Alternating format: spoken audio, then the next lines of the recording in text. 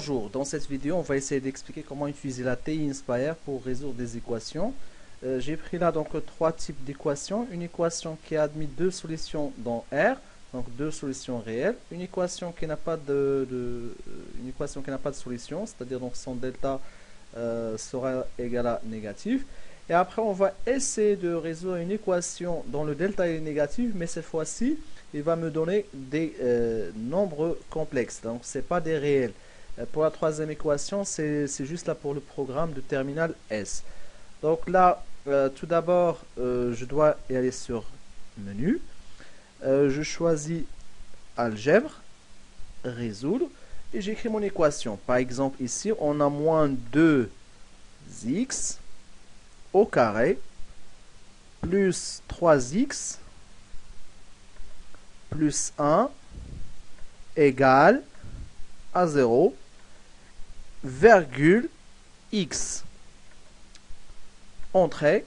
Et là, ça va me donner donc les deux solutions. C'est-à-dire ici, pour cette équation-là, on pourra enlever les parenthèses. Ça sera moins racine carrée de 17 plus 3 sur 4.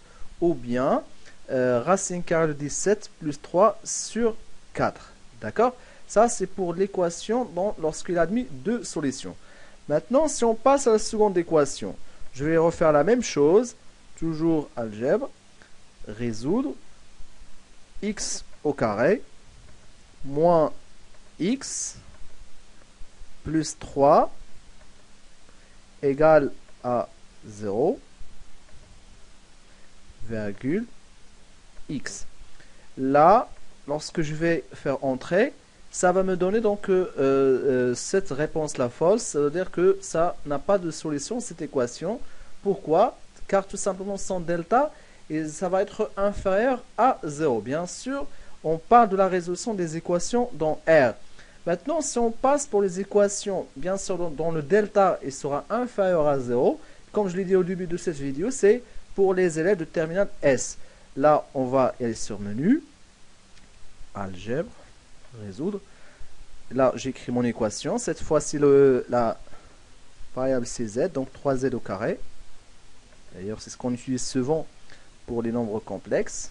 Moins z plus 2 égale à 0. Là, si je vais donc faire entrer, pareil, il y a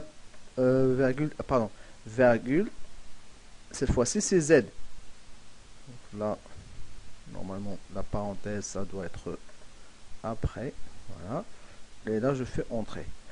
Là, ça va me faire false. Et si je veux, par exemple, modifier le réglage du classeur, ça, on voit que réel est au complexe. Mais dans la plupart des calculateurs TI, on voit que réel, il n'y a pas complexe. D'accord? Donc là, on va annuler.